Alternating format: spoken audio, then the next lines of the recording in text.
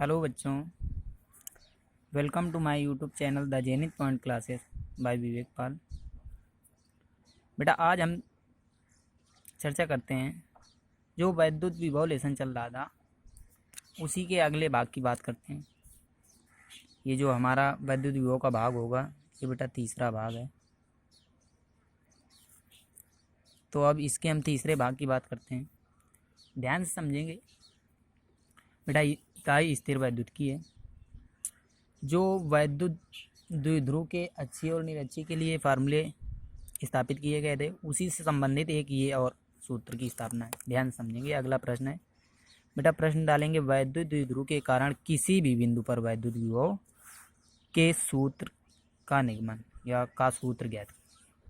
Formula है ये। प्रश्न है वैद्युत द्विध्रुव के कारण किसी भी बिंदु पर वैद्युत विभव का सूत्र ज्ञात कीजिए। प्रश्न है बेटा, इसका मतलब वैद्युत द्विध्रुव आप लीजिए और उसके किसी भी बिंदु पर, वो बिंदु ना तो अक्ष पर हो और ना निरक्ष पर हो, तो ऐसे बिंदु पर आपको विभव की गणना करनी है, विभव ज्ञात करना है। अक्ष पर तो हम निकाल चुके हैं। विभव क्या होता है? V बराबर 1/4πε0 Q ये P/R²। क्या होता है? P/R²। बेटा निरक्षीय स्थिति के लिए वैद्युत विभव V बराबर 0 होता है। क्या होता है? 0। अब ये किसी बिंदु पर मतलब कोई ऐसा बिंदु होगा ना तो अक्ष में होगा और ना तो निरक्ष में होगा, तो वहाँ पे वैद्युत विभव क्या होता है, ध्यान से समझेंगे। बेटा ये आपका फिगर है, वैद्युत द्विध्रुव बनाया गया। ए बी एक वैद्युत द्विध्रुव है जिसके सिरों से ऐसा एक बिंदु लिया गया है, ये पी, ये ना तो अक्ष में है और ना तो निरक्ष में है। ये निरक्ष होती है ऊपर नीचे और ये अक्षीय होती है। ठीक, तो ये बिंदु पी यहाँ पे ले सकते हैं, यहाँ पे ले सकते हैं, इधर ले सकते हैं और इधर ले सकते हैं। 4 स्थितियाँ बनेगी। बात समझ में आ रही? तो बेटा इस स्थिति में इस बिंदु पी पर विभव क्या होगा? विभव के लिए फार्मूला V बराबर क्वेश्चन मार्क आप ज्ञात करना है। पी ए बिंदु है, ठीक, तो यहाँ पे विभव ज्ञात करना है। ये फिगर है, ध्यान से इसकी थ्योरी कैसे लिखेंगे कि माना ए बी एक वैद्युत द्विध्रुव है। माना ए बी एक वैद्युत द्विध्रुव है जिसके बिंदु ए पर -q कूलम का आवेश तथा बिंदु बी पर +q कूलम का आवेश स्थित है। जिसके बिंदु ए पर -q कूलम का आवेश तथा बिंदु बी पर ये +q कूलम का आवेश स्थित है। ये एक दूसरे से अल्प दूरी, जो बेटा अल्प दूरी होती है 2l, ये एक दूसरे से अल्प दूरी 2l पर स्थित है। ये एक दूसरे से अल्प दूरी 2l पर स्थिर है। इसके मध्य बिंदु O से, इसके मध्य बिंदु O से r मीटर की दूरी पर एक बिंदु P है। ये तो न तो अक्ष में है और न निरक्ष में, तो इसके मध्य बिंदु O से r मीटर की दूरी पर एक बिंदु P है जहाँ पर हमें वैद्युत विभव की गणना करनी है। जहाँ पर हमें वैद्युत विभव की गणना करनी है। बेटा लिखेंगे लाइन छोड़ के अगली लाइन से, किंतु बिंदु P के ध्रुवीय नियमांक, या सीधे लिख सकते हैं कि किंतु बिंदु P को वैद्युत द्विध्रुव के बिंदुओं A व B से मिलाया गया। A व B से मिलाया गया है। अतः इनको मिलाने पर वैद्युत द्विध्रुव के मध्य बिंदु OP, मध्य बिंदु O से P पर खींची गई रेखा, O से P पर खींची गई रेखा पर लंब डाले गए हैं। कहाँ से लंब डाले गए हैं? A और B से। ये B से इस रेखा पर OP पर लंब डाला गया है ये, और ये हमारा यही ये रेखा भी OP है, आगे तक बढ़ाई गई, तो इसमें लंब डाला गया है AD। तो या इस तरह लिख सकते हैं कि इसके मध्य बिंदु O से बिंदु P को मिलाने वाली खींची गई रेखा पर डाले गए लंब क्रमशः BC और AD। BC, ये BC और ये AD, BC और AD। इतनी आपकी थ्योरी है।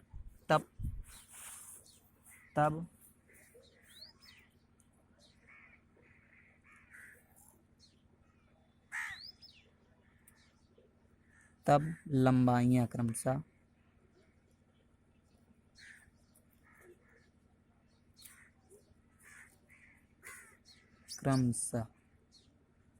लंबाइयाँ का मतलब दूरियाँ है। B से P की दूरी और A से P की दूरी ये निकालनी पड़ेंगी हमें बेटा, क्योंकि हमें जहाँ आवेश दिया होता है और जिस बिंदु पर विभव ज्ञात करना होता है या वैद्युत क्षेत्र ज्ञात करना होता है तो उसके बीच की दूरी हमें पता होनी चाहिए। यहाँ पर आवेश है तो यहाँ के इसके बीच की दूरी पता होनी चाहिए, और यहाँ पे आवेश है तो इसके बीच की दूरी पता होनी चाहिए। ठीक, तब लंबाइयाँ क्रमशः, ये लंबाई बेटा पहली लंबाई बीपी, बीपी इक्वल टू, ध्यान से समझेंगे बेटा, ये जो बीपी है ध्यान से समझेंगे, ये बीपी हमारी ये सीपी के बराबर है, ये रेखा और ये रेखा हमारी क्या है, बराबर है, बीपी बराबर सीपी। इस सीपी को हम लिख सकते हैं ओ से ओपी, और माइनस ओ से सी तक की दूरी अगर घटा देंगे तो सीपी बचेगा, ओपी माइनस ओ सी बन जाएगा कि नहीं बेटा। इसमें ध्यान से समझेंगे हम, ओपी रेखा तो ये ओ से पी तक की दूरी हमें पता है, मध्य बिंदु ओ से आर मीटर की दूरी पर बिंदु पी रखा गया है, तो ओपी के बीच की दूरी क्या है, बीपी बराबर बीपी बराबर सीपी बराबर ओपी के बीच की दूरी क्या है, आर, क्या है, आर, माइनस ये ओ सी, बेटा ये ओ सी कहाँ पे, ये ठीक, ये रेखा ओ सी है, ध्यान से समझेंगे बेटा। इस पर ये लंब डाला गया है, क्या डाला गया है, ये लंब, तो इसका मतलब ये हमारा क्या होगा, आधार, क्या होगा, आधार। तो ये हमारा क्या होगा, इस त्रिभुज का कर्ण होगा। ये समकोण त्रिभुज बन रहा है, ये कोण 90 का बन रहा है क्योंकि लंब डाला गया है, तो ये समकोण त्रिभुज है। तो ये इसका हुआ कर्ण, ये हुआ लंब, बात समझ में आ रहा है, एक मिनट, ये हुआ इसका कर्ण, ये रेखा कर्ण हुई, ये हुआ आधार, ये हुआ हमारा लंब, लंब रेखा डाली गई। तो बेटा हम टेंजेंट के लिए फार्मूला जानते हैं, कॉस थीटा बराबर आधार बटे कर्ण। कॉस थीटा बराबर क्या होता है, आधार बटे कर्ण। तो कॉस थीटा इक्वल टू आधार, इसमें क्या है ध्यान से समझेंगे, आधार का काम क्या करेगा, ये ओ सी बटे कर्ण का काम ये नीचे वाला, तो नीचे वाली ये दूरी कितनी होती है, यल, कितनी, ओ से बी तक की दूरी यल, ओ से ए तक की दूरी यल, तो ओ सी बराबर क्या आ जाएगा, एल कास थीटा, क्या आ जाएगा, एल कास थीटा। बात समझ में आ रही कि नहीं। तो बेटा जहाँ पे ओ सी है वहाँ पे क्या रख देंगे, एल कास थीटा, क्या रखेंगे, एल कास थीटा। तो इसका मतलब बीपी का मान क्या निकल गया है, R minus L cos theta, तथा दूसरी दूरी हमारी कौन सी बची, ए पी, ये ए से ए पी बराबर ए पी को हम क्या लिख सकते हैं, देखिए ये जो ए पी है ये बेटा डी पी के क्या होगा, बराबर होगा, तो ए पी बराबर डी पी, और डी पी को हम लिख सकते हैं O P plus O D, O P plus O D, क्या लिखा जाएगा, O P plus O D. इतनी बात समझ में।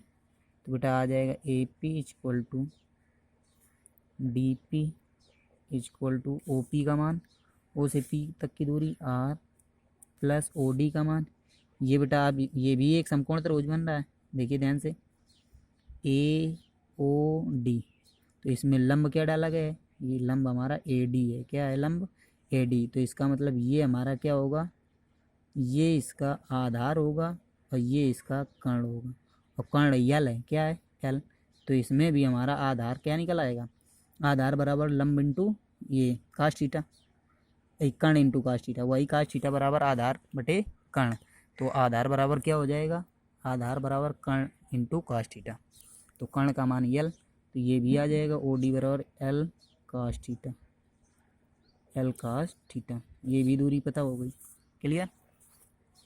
इसके बाद लिख देंगे अतः प्लस क्यू आवेश के कारण बिंदु पी पर विभव, बिंदु पी पर विभव, बेटा प्लस क्यू आवेश कहाँ पे है, बी पर, बिंदु बी पर, तो बी से पी पर विभव, ये होगा V1 इक्वल टू 1/4πε0 के परावैद्युतांक है इंटू क्यू, तो जहाँ का आवेश तो प्लस क्यू, तो प्लस क्यू अपान वहाँ से बिंदु पी के बीच की दूरी, तो बी पी क्या निकल के आया है, R minus L cos theta निकल के आया है। समीकरण फर्स्ट मानेंगे इसको। क्लियर बेटा। इसके बाद लिखेंगे तथा माइनस क्यू आवेश के कारण बिंदु पी पर विभव, बिंदु पी पर विभव क्या होगा, V2 बराबर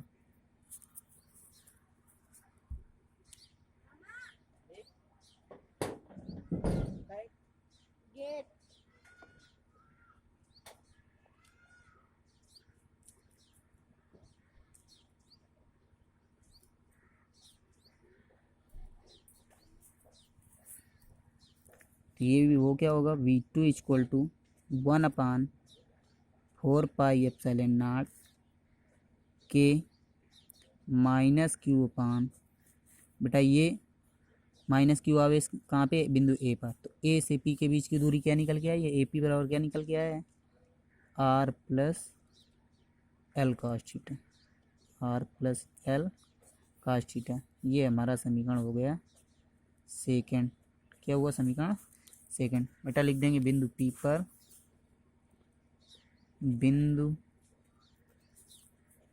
पर परिणामी विभव, परिणामी का मतलब कुल, तो V बराबर V1 प्लस V2, V बराबर V1 प्लस V2। V1 और V2 के मान समीकरण फर्स्ट और सेकंड से रख देंगे। समीकरण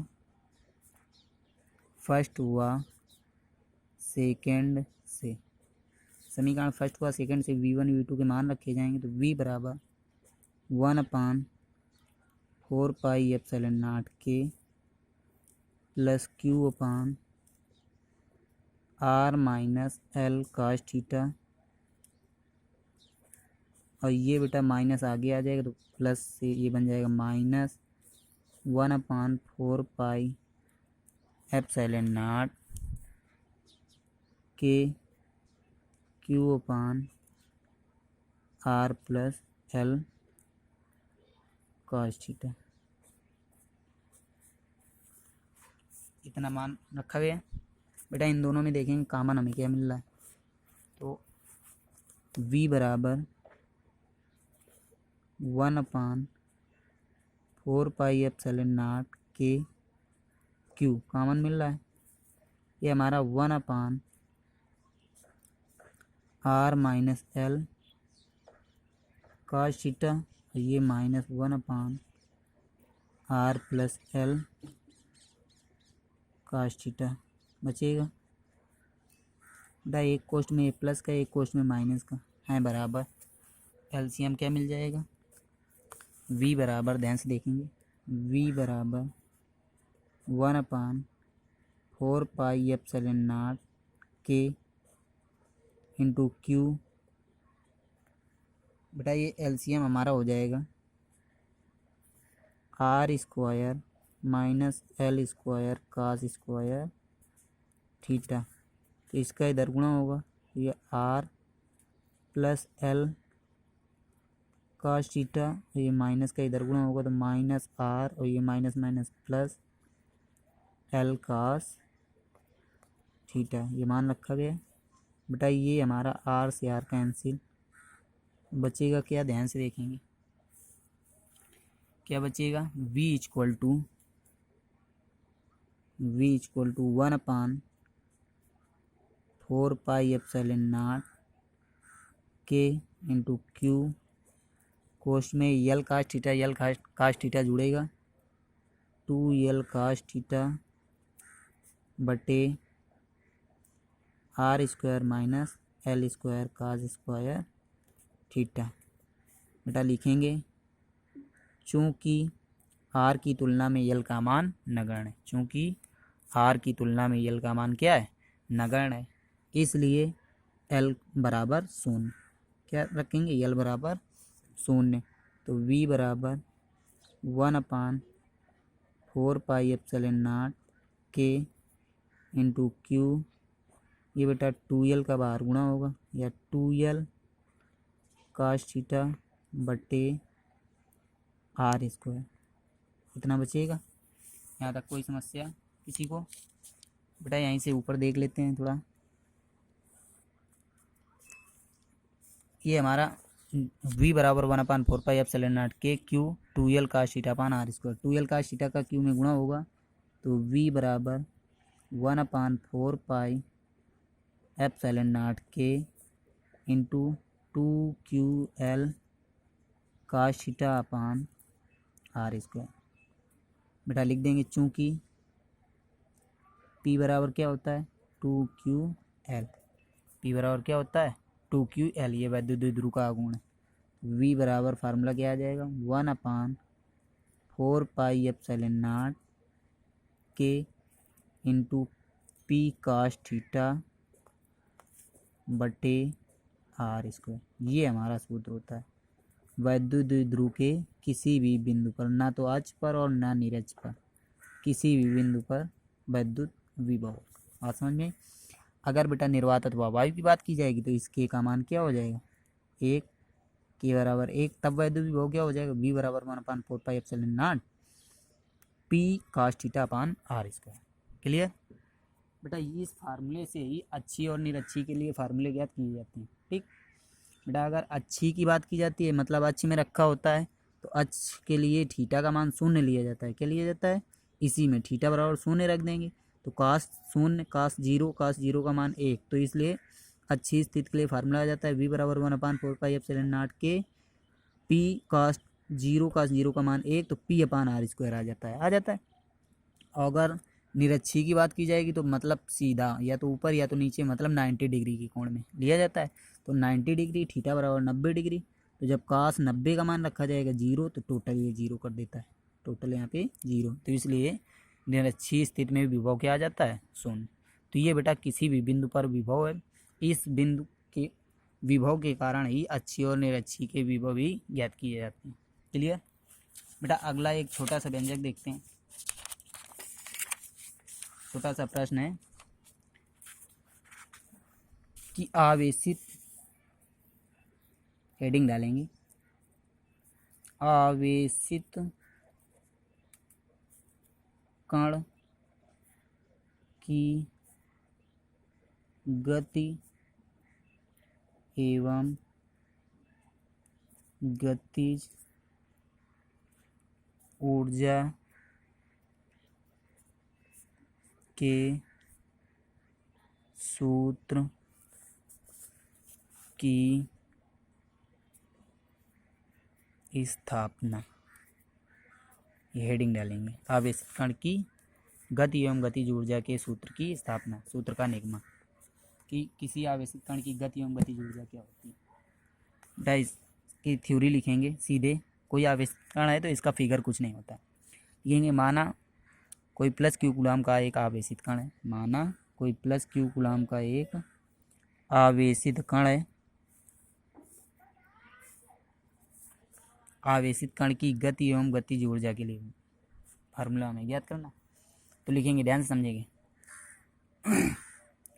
बेटा। माना प्लस q कूलम का एक आवेशित कण है जिससे या जिसके कारण उत्पन्न होने वाला, सीधे इस तरह लिखेंगे, माना प्लस q कूलम का एक आवेशित कण, माना प्लस q कूलम का एक आवेशित कण जो के परावैद्युतांक माध्यम में स्थित है, जो के परावैद्युतांक माध्यम में स्थित है, जिसके द्वारा उत्पन्न होने वाला वैद्युत बल F बराबर, बेटा हम जानते हैं किसी आवेशित कण के द्वारा वैद्युत क्षेत्र की तीव्रता जो उत्पन्न होती है वो E बराबर F/q उत्पन्न होती है। क्या होती है? E बराबर F/q। तो यहाँ से F बराबर क्या निकल आएगा? F बराबर QE। क्या निकलेगा? F बराबर QE। तो लिखेंगे जिसके द्वारा उत्पन्न होने वाला वैद्युत बल F बराबर QE, F बराबर QE, ये हो जाएगा समीकरण हमारा फर्स्ट। इसके बाद लिखेंगे तब आवेशित कण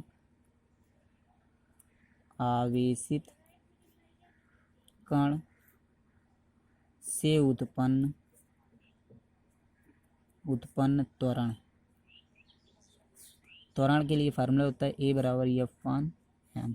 ए बराबर एफ वन एम, या बराबर एम ए फार्मूला होता है, तो यहाँ से ए बराबर एफ वन एम। समीकरण 1 से,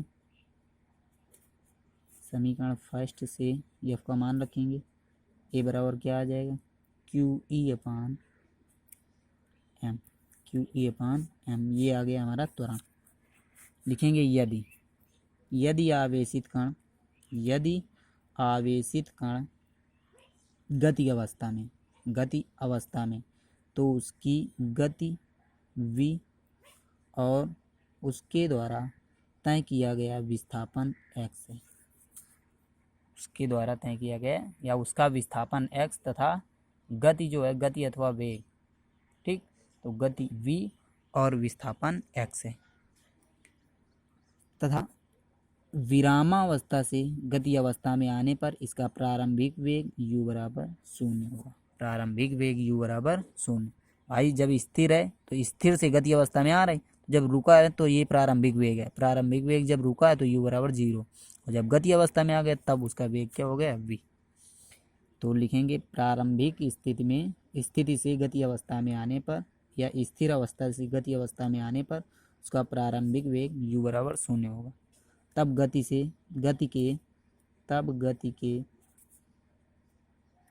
के तृतीय समीकरण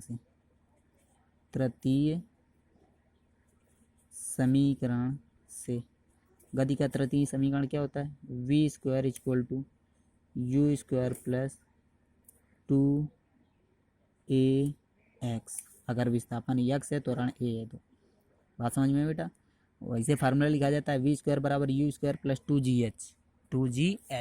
g जो होता है वो त्वरण होता है, h जो होता है वो विस्थापन होता है। बात समझ में आ रही कि नहीं बेटा। इसके बाद लिखेंगे चूंकि u बराबर क्या है, 0, u बराबर 0, तो जहाँ पे u है वहाँ पे क्या रख देंगे, 0। तो v square equal to 0 plus 2, a का मान हमारा क्या निकला था, Q E upon M into X. ये क्या है हमारा विस्थापन। बेटा v बराबर v square equal to 2QE into X बटे एम। क्लियर बेटा, यहाँ पे ध्यान से समझेंगे। ये त्वरण का मान रख दिया है x, ये विस्थापन हो गया। इसका स्क्वायर हटाएंगे, अंडर रूट लग जाएगा। v बराबर under root 2QE into X बटे एम। ये इतना आया बेटा। यहाँ पे एक बात हम लिखेंगे कि हम जानते हैं, लिख देंगे अतः हम जानते हैं। जानते क्या हैं कि बेटा फार्मूला होता है v बराबर W अपान Q। v बराबर W अपान Q, ये फार्मूला होता है बेटा। v बराबर W के स्थान पर ये कार्य होता है, तो कार्य बराबर बल इंटू विस्थापन रखा जा सकता है। तो F इंटू एक्स बटे Q लिखा जा सकता है कि नहीं। इसके बाद तो बेटा यहाँ पे F इंटू एक्स बराबर क्या निकल आएगा, Q इंटू वी। क्या निकल आएगा, QV निकल आएगा कि नहीं। तो अतः हम जानते हैं v equal to W upon V भाव वाला फार्मूला लगाया गया है, v बराबर डब्ल्यू अपान क्यू। तो v बराबर w के स्थान पर f इंटू एक्स बटे क्यू। एफ एक्स का मान निकला है q into V, Q V. Clear. तो जहाँ पे बेटा ये मान रखा गया था, 1 मिनट, हाँ ध्यान से समझेंगे बेटा। वैद्युत क्षेत्र की तीव्रता जो होती है, यहीं पे हम F के स्थान पर वैद्युत क्षेत्र की तीव्रता QE रख देंगे। QE ई इंटू एक्स, तो ये हो जाएगा क्यू इंटू वी, क्यू से क्यू कैंसिल, तो ई इंटू एक्स बराबर क्या आ गया वी, ई इंटू एक्स बराबर क्या आ गया वी। ये फार्मूला बना, जहाँ पे ई इंटू एक्स है वहाँ पे क्या रख सकते हैं वी। तो बेटा ये वी बहु वी बराबर क्या आ जाएगा under root 2 Q V upon M, 2 Q V upon M. ये हमारे किसी आवेशित कण की गति के लिए फार्मूला है। बात समझ में आई? ये बेटा फार्मूला विभव वाला लगाया गया था, वी बराबर डब्ल्यू अपान क्यू, वी बराबर एफ इंटू एक्स अपान क्यू, एफ एक्स का मान निकला क्यू वी। तो एफ के स्थान पर हम जानते हैं समीकरण 1 से एफ बराबर क्या होता है क्यू ई, एफ बराबर क्यू ई, तो जहाँ पे एफ था वहाँ पे क्यू ई रख दिया गया इंटू एक्स, क्यू से Q cancel, E into x बराबर क्या हो गया वी, ई इंटू एक्स बराबर। इतनी बात आपको समझ में आई कि नहीं?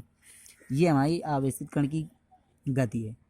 लिख देंगे यदि आवेशित कण इलेक्ट्रॉन हो, क्या हो इलेक्ट्रॉन, यदि आवेशित कण इलेक्ट्रॉन हो, तो बेटा इलेक्ट्रॉन का जो आवेश लिया जाता है वो ई लिया जाता है, स्मॉल ई। तब गति इलेक्ट्रॉन की गति क्या हो जाएगी वी बराबर under root 2 E V upon M, 2 E V upon M. ये बेटा इलेक्ट्रॉन की गति है, इलेक्ट्रॉन भी आवेशित होता है, इलेक्ट्रॉन की गति है। बेटा लिख देंगे अब